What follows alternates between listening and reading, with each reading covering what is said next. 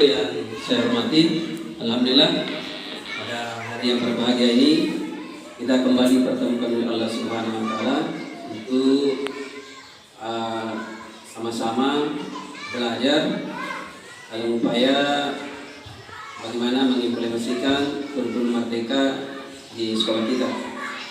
Jadi untuk pertemuan kali ini kita khususkan pembahasan kita di penyusunan program semester dan program tahunan tahun ajaran 2022-2023. Saya kembali mengulangi mengenai perangkat-perangkat apa saja yang perlu disiapkan khususnya di kita ini yang melaksanakan kurikulum merdeka. Yang pertama, dalam pelajaran itu ada beberapa prinsip-prinsip yang menjadi ikon ya di dalam program kurikulum merdeka. Yang pertama, bahwa proses pembelajaran itu mendukung perkembangan kompetensi dan karakter peserta didik secara holistik. Artinya di sini juga diupayakan itu sudah menjadi budaya pada anak kita. Bagaimana menangkap karakter-karakter yang ada di profil Pancasila itu pada anak-anak kita. Yang kedua, pembelajaran dirancang untuk membangun kapasitas untuk menjadi pembelajar sepanjang hayat. Ini juga relevan dengan visi misi sekolah kita. Sekarang ini yang begituan diberikan kemerdekaan kepada kita untuk secara mandiri belajar. Apakah lewat webinar atau yang lainnya.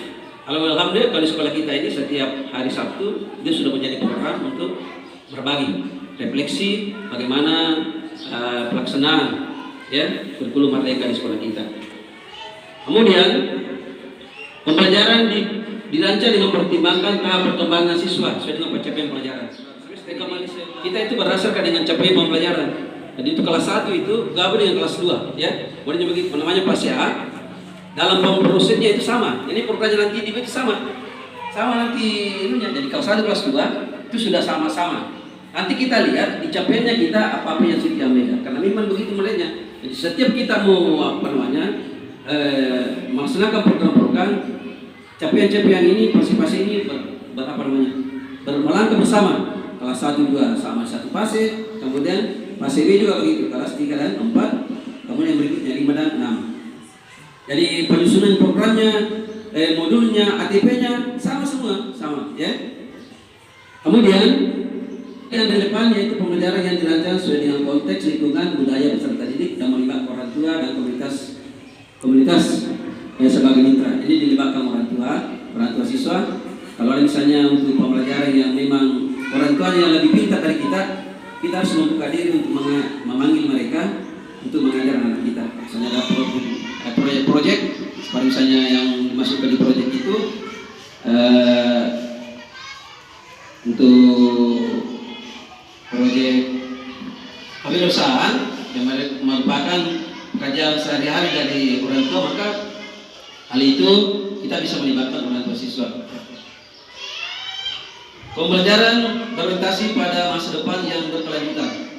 Ini Bapak dan Ibu sekalian, jadi anak-anak kita sekarang di SD itu kita hanya meletakkan bagaimana meletakkan dasar-dasarnya. Dasar-dasar nanti menjadi landasan mereka ketika sudah melanjut ke sekolah yang lebih tinggi, mereka sudah memiliki semuanya. Jadi Bapak dan Ibu sekalian, ini ada 5 prinsip pembelajaran yang merupakan dasar-dasar dari pembelajaran kekinian. Jadi kita harus sedikit demi sedikit meningkatkan model-model pembelajaran yang kemarin. Ya. Kenapa? Karena begitulah tuntutan sekarang. Ya. Bagaimana pembelajaran itu betul-betul terpusat pada siswa. Bagaimana harus pembelajaran itu? Ini hanya kembali saya mengulangi saja nanti supaya mengarah nanti sebelum kita ke program semester itu. Pembelajarannya yang pertama adalah memahami capaian pembelajaran. Ini yang ada yang terbaru, CP terbaru. Itulah yang kita perluani. Ya, memahami CP-nya, capaian pembelajaran. Diharapkan itu betul-betul kita sering dibuka, ya. Karena ini nanti yang diturunkan ketika kita mau untuk selanjutnya di dalam perumusan tujuan pembelajaran kan setelah ada CP-nya dari kementerian itu kita akan buatkan tujuannya. sebelum ke ATP-nya ada tujuannya, alurnya seperti itu. Ya, ini merumuskan tujuan pembelajaran. Ada teknik bagaimana teknik membuat tujuannya itu. Setelah tujuan ada, kemudian kita lanjut ke ATP, alur tujuan pembelajaran. Ini alurnya. Dan yang terakhir, kemudian kita bagaimana merancang pembelajaran. Di merancang ini masuk di situ RPP-nya yang kemarin. Kalau sekarang ada lebih keren lagi, bukan saja RPP tapi sudah bentuk modul. Ini alurnya Bapak Ibu sekalian yang kita harus pahami. Kelas lain bagaimana? Kelas lain harus sudah mengarah ke sana. Karena mau tak mau tahun depan itu kita sudah semua mulai kelas 1 sampai kelas 6 sudah masuk di program ini. Jadi kalau lebih awal kita sudah mengetahui teknik-tekniknya, langkah-langkahnya insya Allah tidak ada kesulitan kita hadapi. Saya lanjut. Bagaimana capaian ini? Nih, tadi pengertiannya ya. Capaiannya, ini capaian bukan kita yang bikin, tapi dari kementerian langsung. Capaian inilah nanti yang menjadi pedoman kita, ya. Ini yang menjadi pedoman kita di dalam menyusun tujuannya, kemudian turunannya ke bawah. Capaiannya sudah di garis besarnya di atas, turunannya ke bawah. Ada situ tujuannya, ada ATP-nya, ada modulnya. Kemudian bagaimana merancang proses pembelajarannya. Kemudian setelah capaian sudah ada, ini tujuannya, merumuskan tujuan.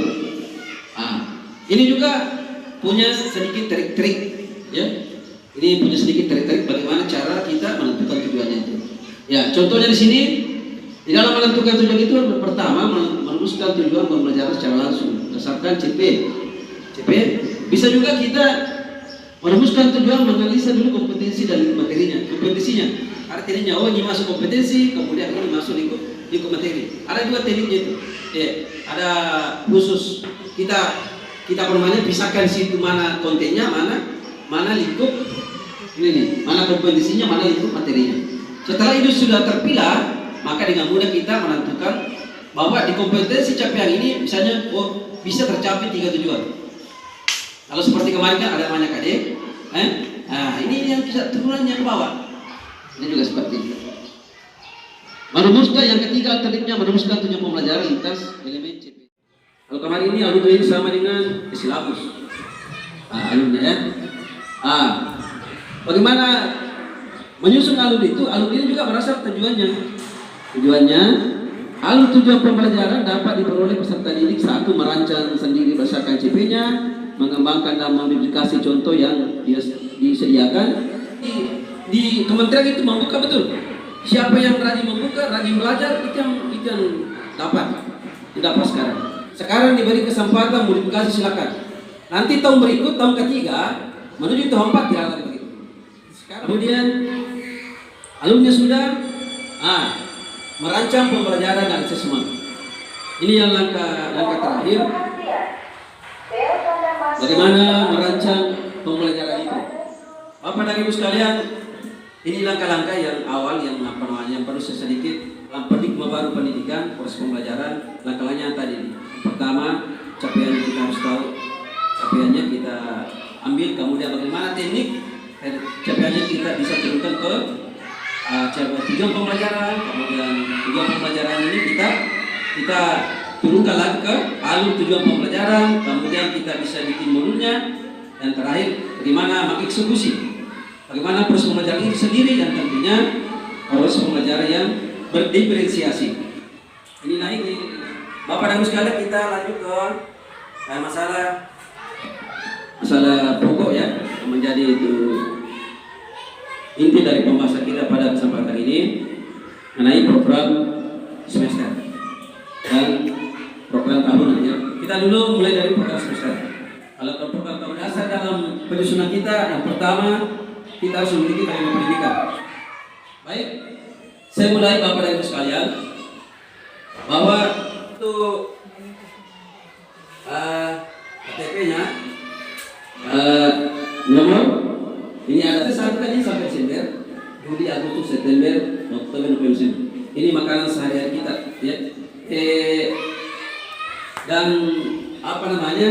ini sudah harus jadi sebelum kita masuk di tahun ajaran. Ini sudah harus lengkap. Jadi untuk pertama nomor ATP. album tujuan pembelajaran. Dan di setiap capaian itu bisa menghasilkan 2-3 ATP ke bawah. Ya, coba buka meja CP tak? CP itu melahirkan 2-3 tujuan ke bawah, 2-3 ATP. Itu. Jadi ketika sudah jadi, misalnya ATP-nya 1, 2, 3, inilah yang kita rancang itu menjadi berapa pertemuan? Pertemuan. Sama dengan misalnya kalau KD itu di kelas 36, itu KD-nya itu berapa pertemuan ke bawah? Ini dalam program kalau semester ini CP ini aku warna ini ternyata langsung sudah tergambar rancangan kita, modul kita yang kita mengajarkan. Jadi kalau sudah kita memiliki seperti ini semua, ya. Kemudian KTP-nya kita tulis sesuai nomornya, nomor 01.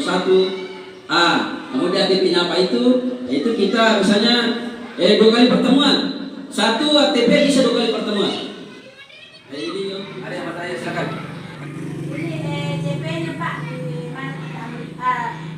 3 kali kita ada CP selalu yang mana? Yang terakhir. Pak.